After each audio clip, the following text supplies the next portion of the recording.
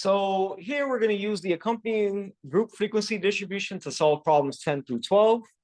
First, for problem number 10, it says to identify your lower class limits, upper class limits, class width, and class midpoints. So what are your lower class limits in this example? Yeah? No, I changed it. It's different numbers. It's the ones I have. Sorry, I forgot. That's right. So in this problem for number 10, we could start off by saying lower class limits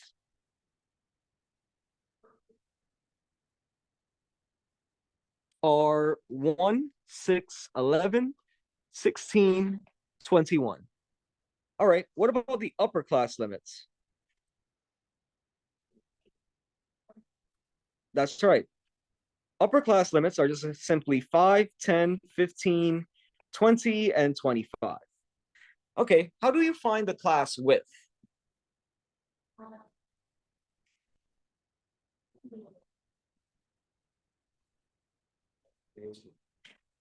How can I find the class width here?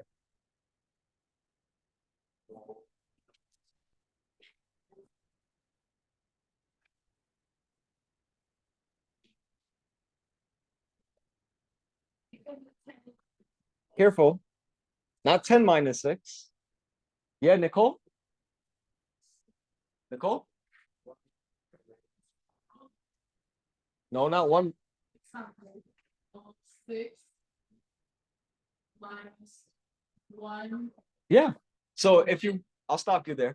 If you want to find the class width, you always subtract any two consecutive, meaning back to back, lower class limits. Okay. So you're not subtracting the lower class and upper class. You're taking two lower class limits. So you can do 6 minus 1. You can do 11 minus 6. You can do 16 minus 11 or 21 minus 16.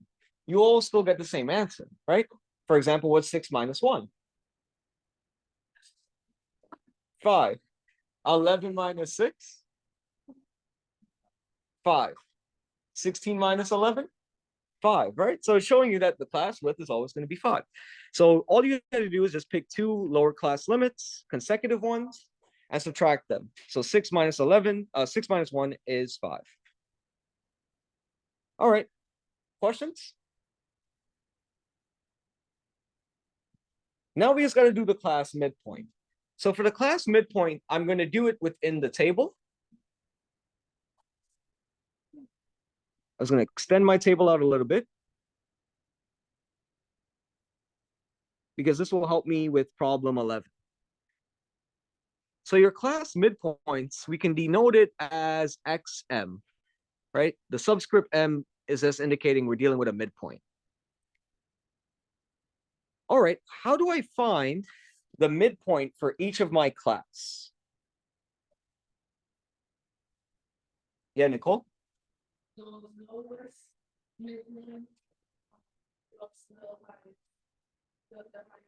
That's right. So for each class, you're going to be taking the lower class limit plus the upper class limit, and then divided by 2. Very good. So we're going to have to do 1 plus 5. I'm just going to squeeze it in here. We have to do 1 plus 5 divided by 2. So what's 1 plus 5 divided by 2? 6 over 2, which is 3. All right. Now we do 6 plus 10 over 2. 16 over 2, which is 8. 11 plus 15 over 2.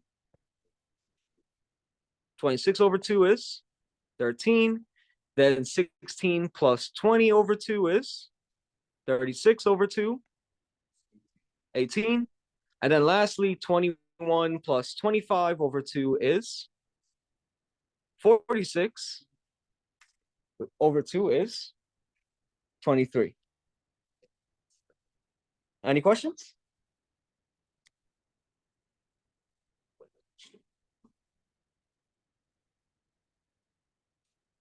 All right.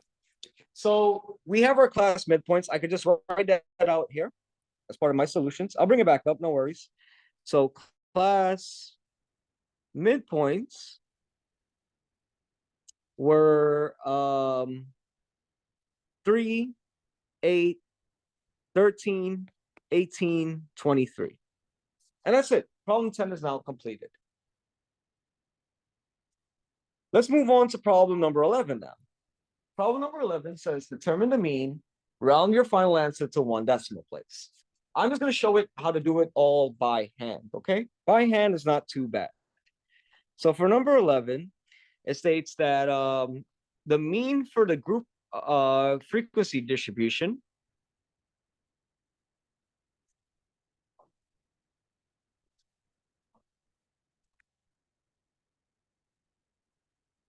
is computed as follows. We say X bar is equal to the sum, sigma, of the frequency F times XM, which is the class midpoint, all divided by the sum of the frequency. So when you have it, when you're trying to solve a problem like number 11 using a table, for example, what it's going to look like is the sum of column 4 divided by the sum of column 2. Okay? You take the sum of column 4, that'll be your top number, and then you divide it by sum of column 2, that's your bottom number. In my table, I already have 3 columns, so I just need to create a 4th column. Once I create a 4th column, that column will say F times XN, frequency times class midpoint, okay? So I'm going to zoom back in. We're going to, fill this in. All right, so here goes.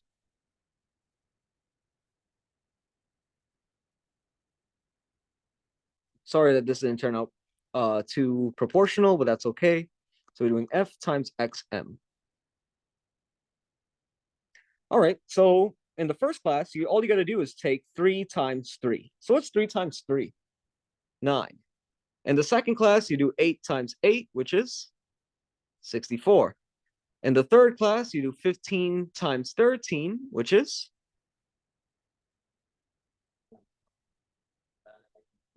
195. In the fourth class, you do 7 times 18, 126. And then in the last class, you take 5 times 23, 115.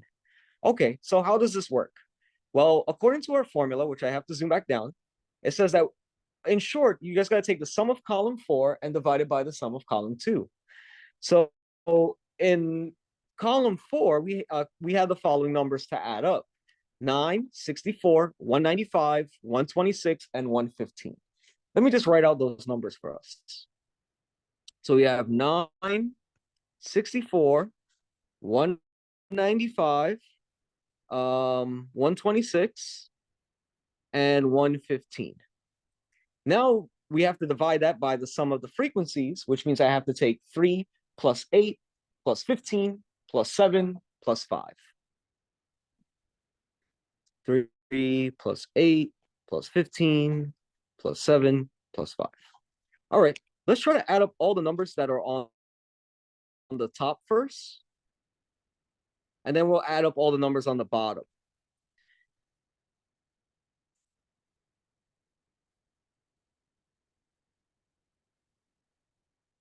So 9 plus 64 plus 195 plus 126 plus 115 is what? No, just give me the top number.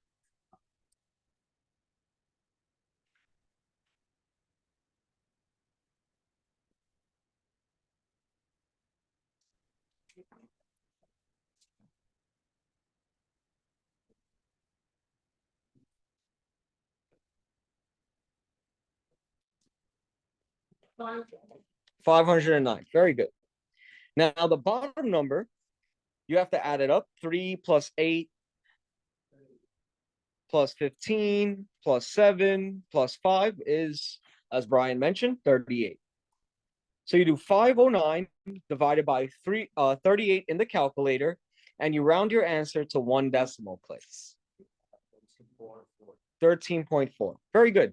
In the calculator, you got like 13.3947. So the 9 tells the 3 to go up 1, so it's 13.4. Very good. So that's your mean. That's it. That's how you solve problem 11. All right.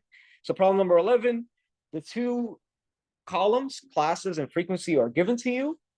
You just need a third and fourth column. The third column is your class midpoint.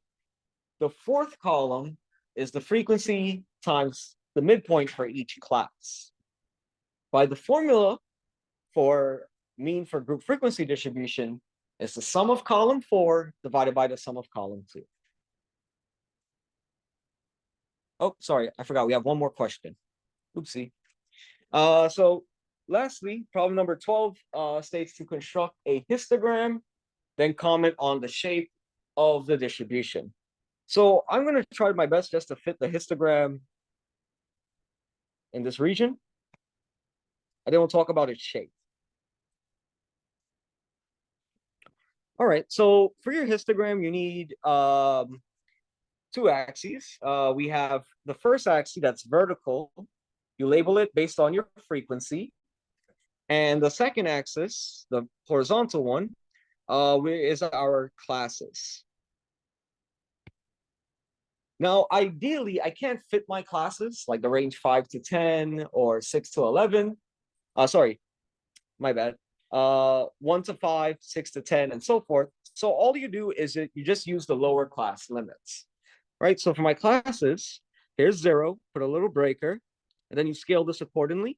So you get 1 followed by 5, not 5, sorry, all the lower class limits. So that's 6, 11, 16, and 21. Next, you scale the axis for your frequency. So your frequency starts with 3. That's the minimum value. The maximum value is 15. You can go up literally by 3s, by multiples of 3s. So if you start at 0, the next value would be 3. Right, so here's 3, 4, 5, 6, 7, 8, 9, 10, 11, 12, 13, 14, 15. The height of your bars for your histogram corresponds to the frequency. So if we had a class from 1 to 5, the frequency was 3, 6 to 10 would have been 8, 15, 7, then 5. So here's what my histogram should look like. So between 1 to 6, height of 3. From 6 to 11, it has a height of, I believe it said 8. Sorry, I'm trying to do this rough scaling of it. The next one had a height of 15, which goes all the way up here.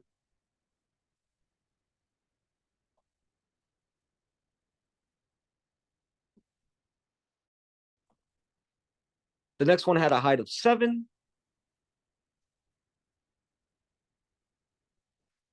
And the last one had a height of 5. So notice when you draw a histogram here, there's no gaps in between the bars. You have to draw the bars like directly touching each other. And the only time that you will have a gap, quote unquote, is whenever the frequency is a 0. Okay. All right. So there's your histogram. Now, what is the shape of this histogram? What does it resemble?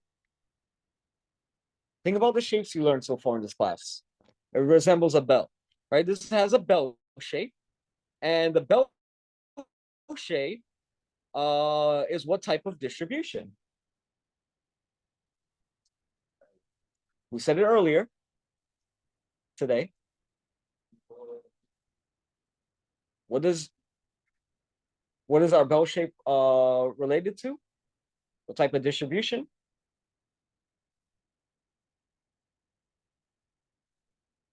What is the word that we use? Just one word. Somebody said it, I think.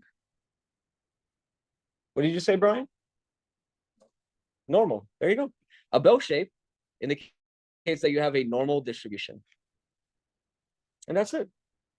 All right.